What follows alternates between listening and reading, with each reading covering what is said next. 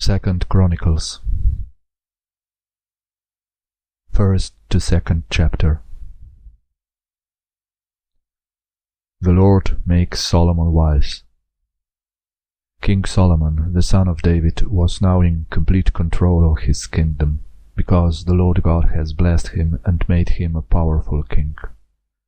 At that time the sacred tent that Moses, the servant of the Lord, had made in the desert was still kept at Gibeon, and in front of the tent was the bronze altar that Bezalel had made.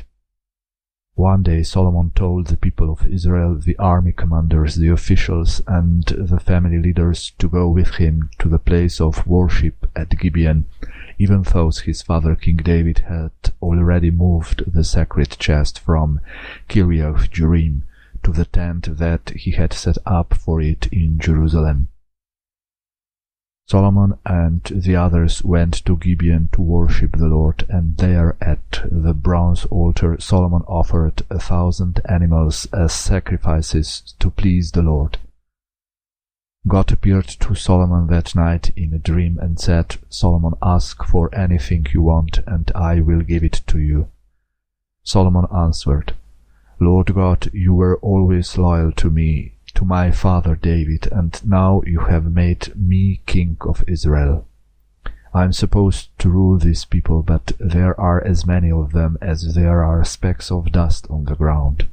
So keep the promise you made to my father and make me wise. Give me the knowledge I need to be the king of this great nation of yours." God replied, "Solomon, you could have asked me to make you rich or famous, or to let you live a long life, or you could have asked for your enemies to be destroyed. Instead, you asked for wisdom and knowledge to rule my people. So I will make you wise and intelligent, but I will also make you rich and more famous than any king before or after you." Solomon then left Gibeon and returned to Jerusalem, the capital city of Israel. Solomon's wealth. Solomon had a force of 1,400 chariots and 12,000 horses that he kept in Jerusalem and other towns. While Solomon was king of Israel, there was silver and gold everywhere in Jerusalem, and cedar was as common as ordinary sycamore trees in the foothills. Solomon's merchants bought his horses and chariots in the regions of Mushrai and Cayu. They paid about 15 pounds of silver for a chariot and almost 4 pounds of silver for a horse.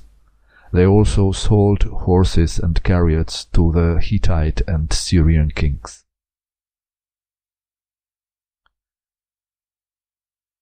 Solomon asks Hiram to help build the temple.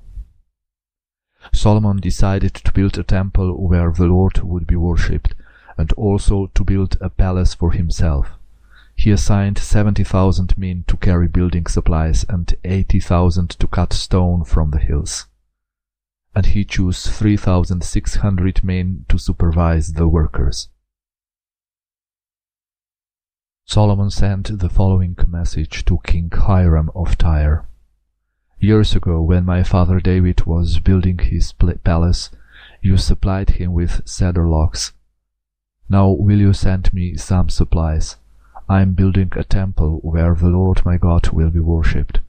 Sweet-smelling incense will be burned there, and secret bread will be offered to him. Worshippers will offer sacrifices to the Lord every morning and evening, every Sabbath and on the first day of each month, as well as during all our religious festivals. These things will be done for all time, just as the Lord has commanded. This will be a great temple, because our God is greater than all other gods. No one can ever build a temple large enough for God. Even the heavens are too small a place for him to live in. All I can do is build a place where we can offer sacrifices to him." Send me a worker who can not only carve, but who can work with gold, silver, bronze, and iron, as well as make brightly colored cloth. The person you send will work here in Judah and Jerusalem with the skilled workers that my father has already hired. I know that you have workers who are experts at cutting lumber in Lebanon. So would you please send me some cedar, pine, and juniper logs? My workers will be there to help them, because I'll need a lot of lumber to build such a large and glorious temple. I will pay your woodcutters 125,000 bushels of wheat, the same amount of barley, 115,000 gallons of wine, and that same amount of olive oil. Hiram sent his answer back to Solomon. I know that the Lord must love his people, because he has chosen you to be their king. Praise the Lord God of Israel, who made heaven and earth. He has given David a son who isn't only wise and smart, but who has the knowledge to build a temple for the Lord and a palace for himself. I'm sending Huram-Abi to you. He is very bright. His mother was from the Israelite tribe of Dan, and his father was from Tyre. Not only is Huram an expert at working with gold, silver, bronze, iron, stone, and wood, but he can also make colored cloth and fine linen. And he can carve anything if you give him a pattern to follow. He can help your workers and those hired by your father King David. Go ahead and send me the wheat, barley, olive oil, and wine you promised to my workers. I will tell them to start cutting down trees in Lebanon. They will cut as many as you need, then tie them together into rafts and flow them down along the coast to Joppa. Your workers can take them to Jerusalem from there. Solomon's workforce. Solomon counted all the foreigners who were living in Israel, just as his father David had done when he was king, and the total was 153,600. He assigned 70,000 of them to carry building supplies and 80,000 of them to cut stone from the hills. He chose 3,600 others to supervise the workers and to make sure the work was completed.